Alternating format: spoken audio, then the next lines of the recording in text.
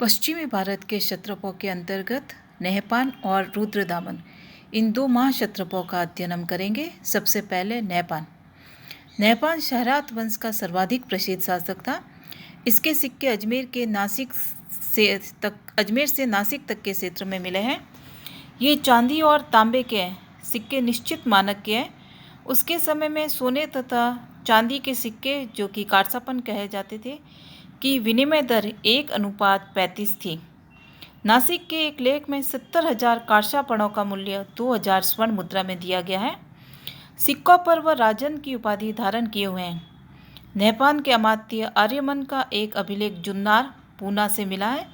उसके दामाद ऋषभदत्त, जो कि उषाबदाप्तत के नाम से भी जाना जाता है, के गुहालेख नासिक तथा कार्ले पूना से मिले हैं। ऋषभदत्त नहपान के समय में उसके दक्षिणी प्रांत और मापल्ल का वायसराय था। नासिक के गुहालेख से ज्ञात होता है कि जब राजस्थान की उत्तम भद्र जाति के लोग मालवों से घिर गए तो उनकी रक्षा के लिए ऋषभदत्त वहां गया था। उसने मालवों को बुरी तरह परास्त किया और उसके बाद पुष्कर तीर्थ में दान दिया। इससे ऐसा प्रतीत होता है कि राजपूताना के पुष्कर तीर्थ, जो अजमेर में स्थित है, के क्षेत्र पर भी नहपान का प्रभाव था। नासिक तथा पूना जिलों को उसने सातवानों से जीता था। इस प्रकार उसका राज्य उत्तर में अजमेर से लेकर दक्षिण में उत्तरी महाराष्ट्र तक विस्तृत था। पेरिप्लस के अनुसार उसकी राजधानी मिन्नगर, भड़ोच तथा उज्जैन के बीच स्थित थी। नहपान ने लगभग 119 से 125 ईस्वी तक राज्य किया। वह सातवां नरेश गौतमीपुत्र सातकर्णी द्वारा पराजित हुआ और मार डाला गया। जोगलदंबी से प्राप्त नहपान के बहुसंख्यक सिक्के गौतमीपुत्र सातकर्णी द्वारा पुनरंकित किए गए थे। इससे ऐसा लगता है कि गौतमीपुत्र ने नहपान के जोगलथंबी स्थित कोषागार पर अधिकार कर लिया। अब महाक्षत्रप रुद्रदामन। रुद्रदामन चस्टन का पौत्र था और पश्चिमी भारत के शकों का राजा हुआ। रुद्रदामन भारत में अभी तक शासन करने वाले शक शासकों में सर्वाधिक शक्तिशाली और महत्वपूर्ण था। जूनागढ़ या गिरनार के शक संवत 72 यानी 150 ईस्वी का उसका एक अभिलेख प्राप्त हुआ है। यह प्रशस्ति के रूप में है। इस गिरनार अभिलेख में उसकी विजयों, व्यक्तित्व एवं कृतित्व का विवरण प्राप्त होता है। जूनागढ़ अभिलेख से ज्ञात होता है कि सभी जातियों के लोगों ने रुद्रदामन को अपना रक्षक चुना था और उसने महाक्षत्रप की उपाधि स्वयं ग्रहण की थी। इससे ऐसा संकेत मिलता है कि उसके पूर्व शकों की शक्ति निर्बल पड़ गई थी, जिसे उसने अपने बाहुबल से रुद्रदामन को पुनः प्रतिष्ठित किया। वह एक महान विजेता था। अभिलेख में निम्नलिखित स्थानों को विजय करने का श्रेय उसे प्रदान किया गया है। आकर, अवंती। इनसे तात्पर्य पूर्वी तथा पश्चिमी मालवा से। आकर की राजधानी विदिशा और अवंती की राजधानी उज्जैनी में थी। अनूप, यह नर्मदा तट पर स्थित महिष्मती में था। इसकी पहचान मध्य प्रदेश के रिमाड़ जिले में स्थित महेश्वर अथवा मानधाता से की जाती है।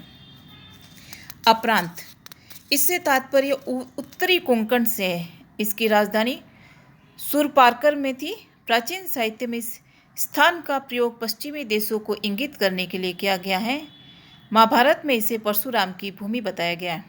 आनर्त तथा सुराष्ट्र, इसका तात्पर्य उत्तरी तथा दक्षिणी काठियावाड़ से है। पहले की राजधानी द्वारका तथा दूसरी की राजधानी गिरिनगर में थी। ये सभी वर्तमान में गुजरात में हैं। कुकुर, ये अनर्त का पड़ोसी राज्य था और संभवतः उत्तरी काठियावाड़ में स्थित था। स्वभ्र, ये गुजरात की साबरमती नदी के तट पर स्थित था। मरु, इसकी पहचान राजस्थान में स्थित मारवाड़ से की जाती है। सिंध तथा स्वावीर, निचलो सिंधु घाटी के क्रमशः पश्चिम और पूर्व की ओर ये प्रदेश स्थित थे। कनिष्क के सुई विहार लेख से निचली सिंधु घाटी पर उसका अधिकार प्रमाणित होता है। निषाद, महाभारत में इस स्थान का उल्लेख मत्स्य के बाद मिलता है। इससे सूचित होता है कि यह उत्तरी राजस्थान में स्थित था। गिरनार अभिलेख से ज्ञात होता है कि उसने दक्षिणापथ के स्वामी सातकर्णी को 2 बार पराजित किया, किंतु निकट संबंध की निकटता के कारण उसका वध नहीं किया। यह पराजित नरेश संभवतः वासिष्ठी पुत्र पुलुमावी था।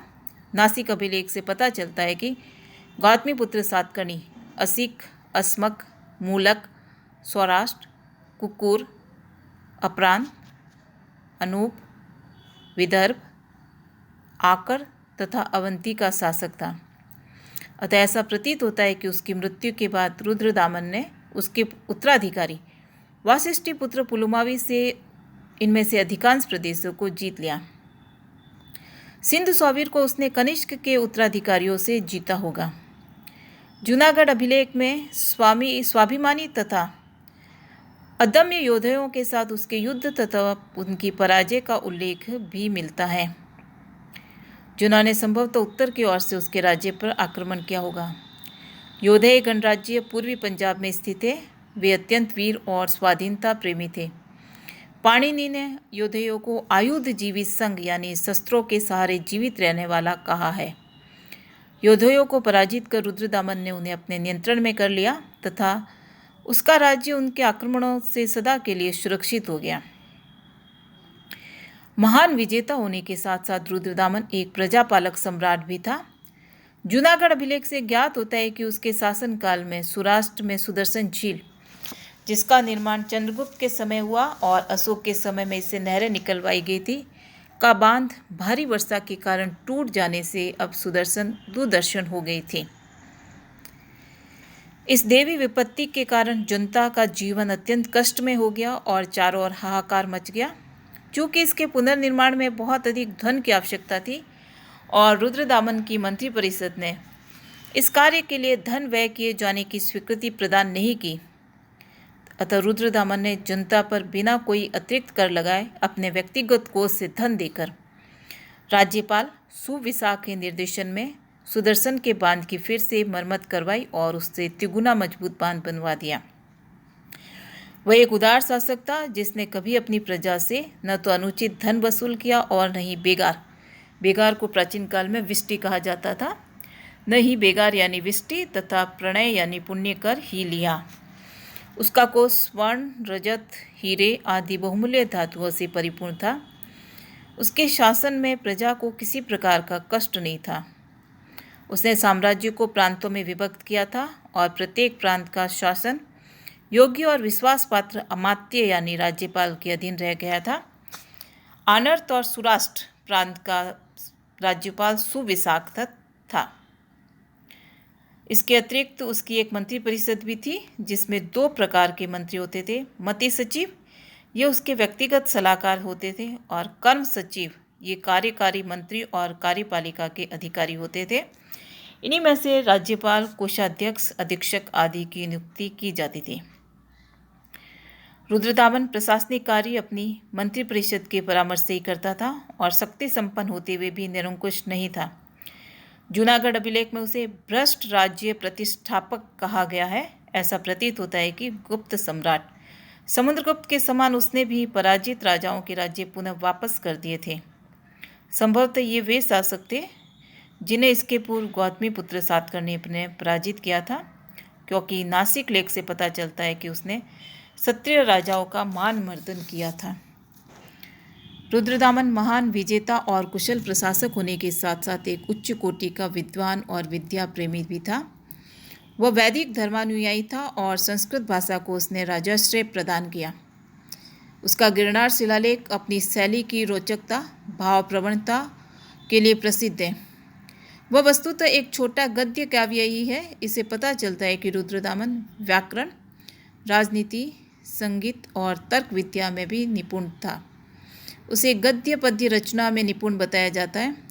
विशुद्ध संस्कृत में लिखा हुआ उसका अभिलेख प्राचीनतम अभिलेखों में से एक है और इससे उस समय संस्कृत भाषा की पर्याप्त रूप से विकसित होने का प्रमाण मिलता है। उसके समय में उज्जैनी शिक्षा का एक प्रमुख केंद्र बन गया था। गिरनार अभिलेख का कथन है कि वह स्वयं अनेक स्वयंवरों में गया तथा उसने कई राजकुमारियों का पाणी ग्रहण किया था। इस प्रकार रुद्रदामन एक महान विजेता, साम्राज्य निर्माता, उदार और परोपकारी प्रशासक तथा हिंदू धर्म एवं संस्कृति का महान उन्नायक था। उसका शासनकाल 130 ईस्वी से 150 ईस्वी तक सामान्य तौर पर स्वीकार किया जाता है।